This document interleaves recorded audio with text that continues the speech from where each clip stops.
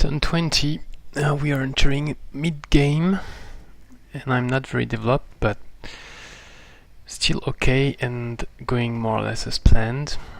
I'm unhappy because I failed the lesser convert at trading posts. I didn't play really as I wanted, but still relatively good turn. So I first attacked, killed 3 units, kept the support alive, to then retreat because I leveled up during the fight, take lesser convert, attack again, and try to convert.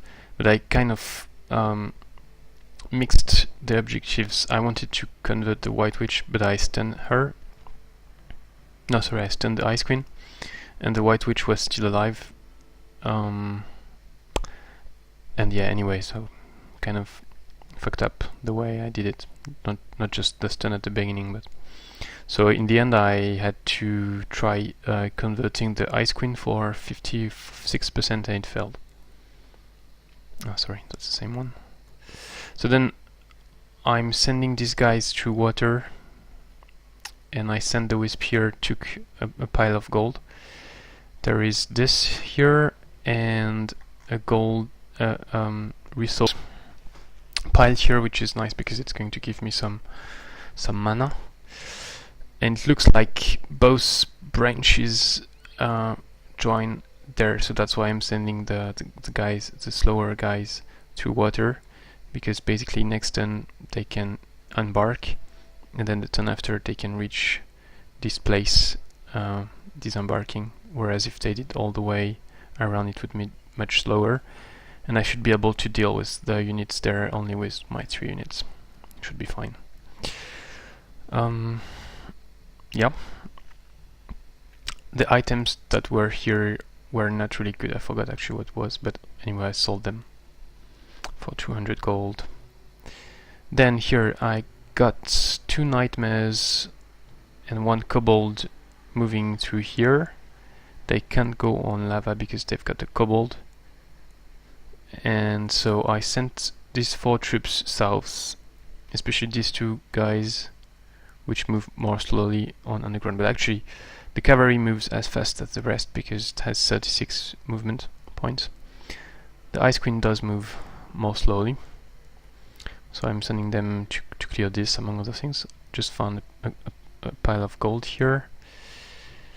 And I send the rest of my troops, so the Dire Panther, the AD, and the Apprentice, the second Apprentice, northeast, because I made contact with the village of Urk, so they are indeed orcs, and they declared war on me, so I was not able to declare war on them and get evil alignment. But anyway, I still had to attack them. And because my AD now has Cold Lightning and Regrowth, it's very easy to take a city. So I just sent 2 units to take it. But I did send an Apprentice with me to clear this in, because it's much tougher, especially due to the Unicorn Rider, who can phase on you.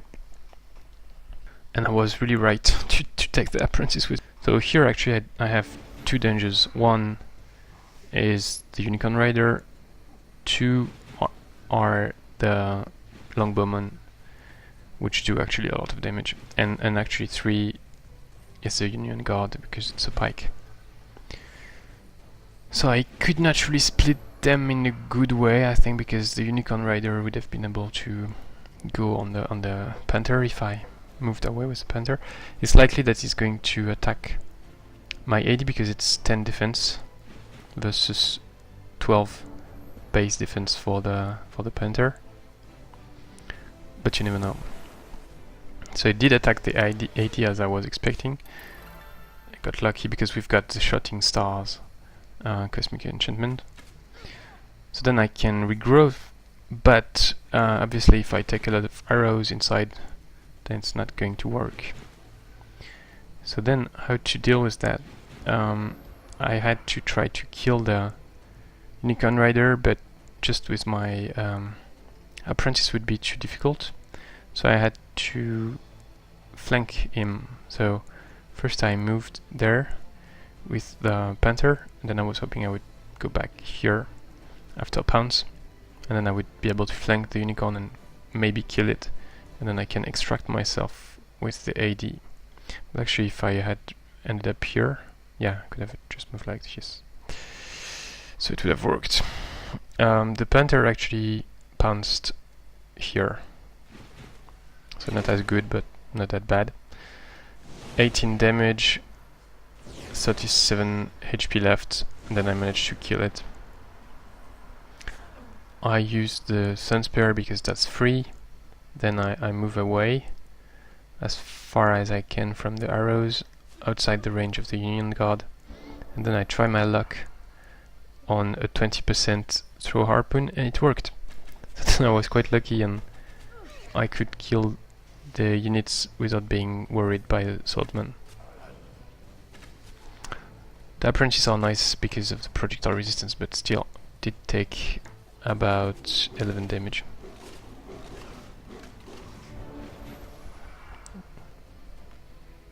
And the Union Guard, yeah, attacked me, but... yeah, then I use the Cold Lightning, very useful for siege, but very useful for everything actually.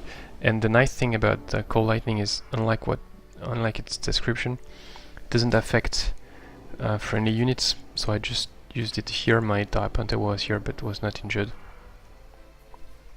And here actually I should not have put the Dire Panther here. I just wasted 15 HP from it, but I forgot. I didn't think I could use the Cold Lightning without doing friendly fire. Then I just retreat, let the Longbowmen approach.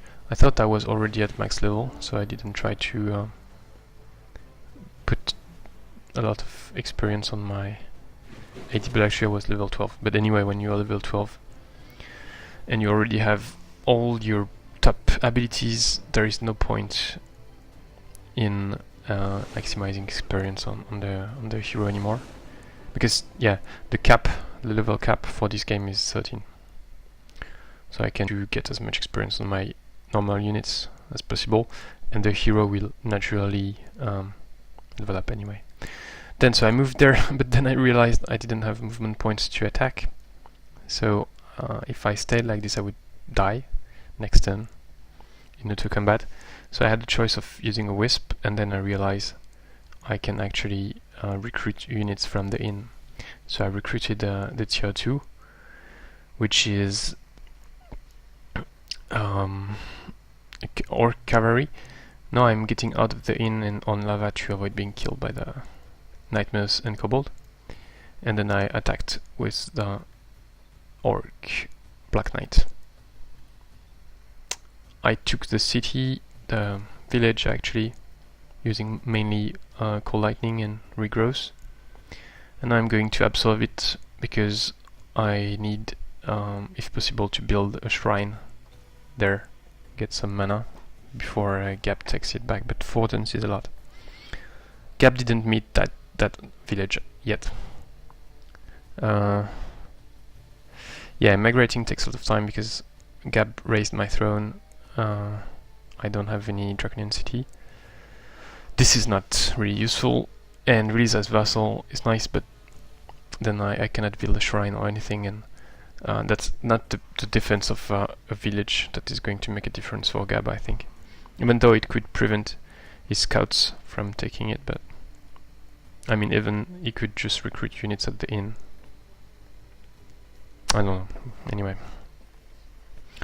So here is the Animal Dane from where the mature Shock Serpent that is roaming here came from. So I'm going obviously to try to befriend the baby Shock Serpent, then do the same with the mature Shock Serpent. So I've got 5 sites to clear here, plus a roamer team. The issue is I would prefer to run away and not stay here, because that might give time to Gab to arrive. and then block me because I can see only this bridge to cross for my AD. My hope is that this region communicate with this region, and maybe I can just move through this to get back and rejoin with the rest of my army. My AD is really a big unit, really important for my stack here. So yeah, I need to regroup as fast as possible, but at the same time I cannot really just leave these sites here and explode. I need to take all the opportunities for resources, experience, and remove resources from Gab. Especially this is going to bring me some mana. So I leveled up.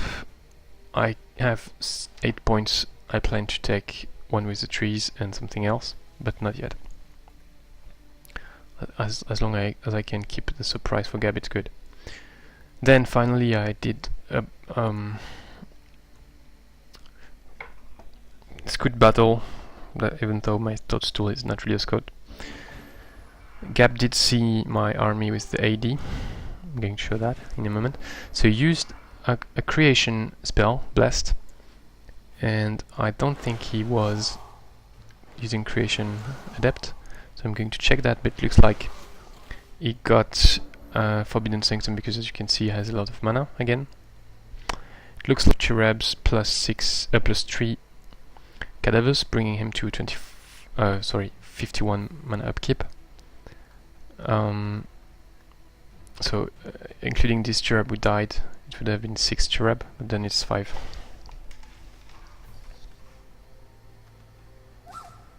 Cherub had no experience, so yeah, I just killed it. So he saw me because he moved there, took the Flower of Solace, and was here. He has 6 hexes vision range.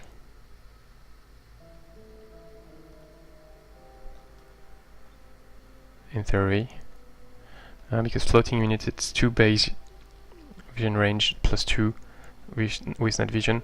For flying units it's 4 +2, so that's 6, and then he probably saw me.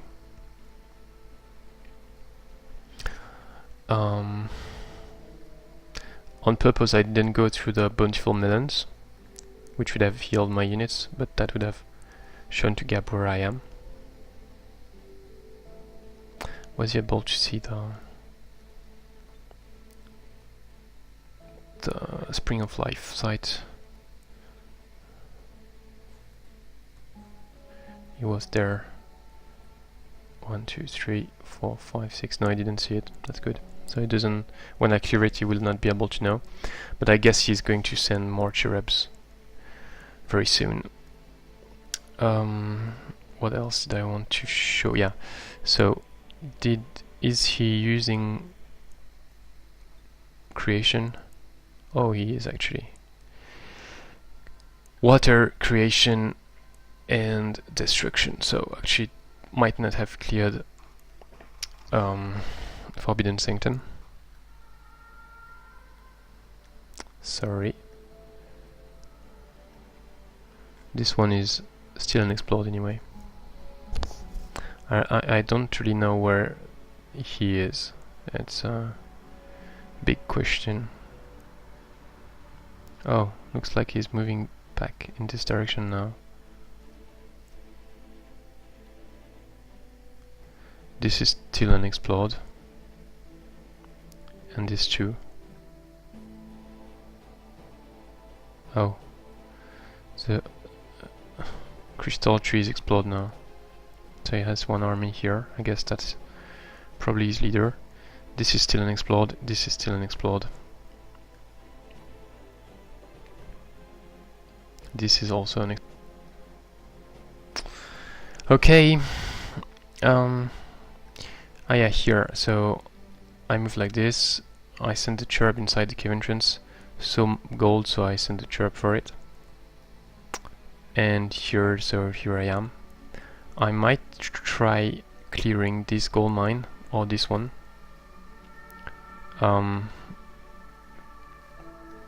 With the shooting stars, I have 15% lucky, so might be interesting. Thanks for watching, see you next time.